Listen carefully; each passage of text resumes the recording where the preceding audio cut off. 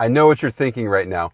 What the hell is a touring agreement? And then some of you might be thinking, hey, this is what NAR should have done all along. Wrong. I want to share a few thoughts with you on Zillow's new touring agreement. So before you continue freaking out about Zillow and how they're going to take all your clients with this new agreement, or even that it's maybe a great new tool, hear me out. This doesn't help with transparency. It only helps protect Zillow's online lead revenue. This is not good for the consumer or the agent. It makes agents basically glorified door openers. I get it. They're going to send this via dot loop after some friendly conversation between a consumer and then someone far off in some call center, and they've essentially covered their own butts. But it's bad. This devalues the agent value proposition. Zillow in this case is trying to have the agent have no fiduciary responsibility with that prospective buyer, which by the way in Indiana is basically impossible because we have implied agency here, which basically means your actions can establish agency, not just some document that you sign. This is a nightmare waiting to happen with a document saying that you have no agency duties to someone.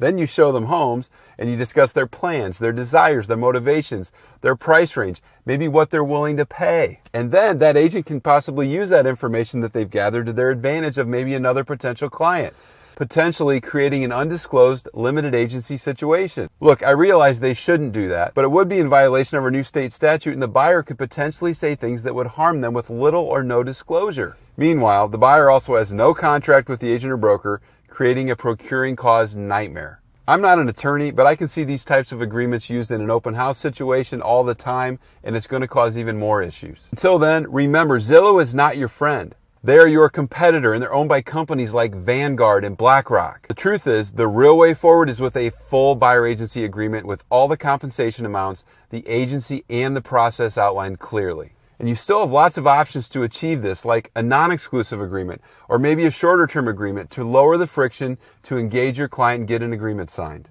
But it's definitely not a touring agreement. So don't sweat Zillow. Become a pro, get the right agreement signed that sets you up to win. If you want to know what the best options are moving forward, send me a DM. I can help.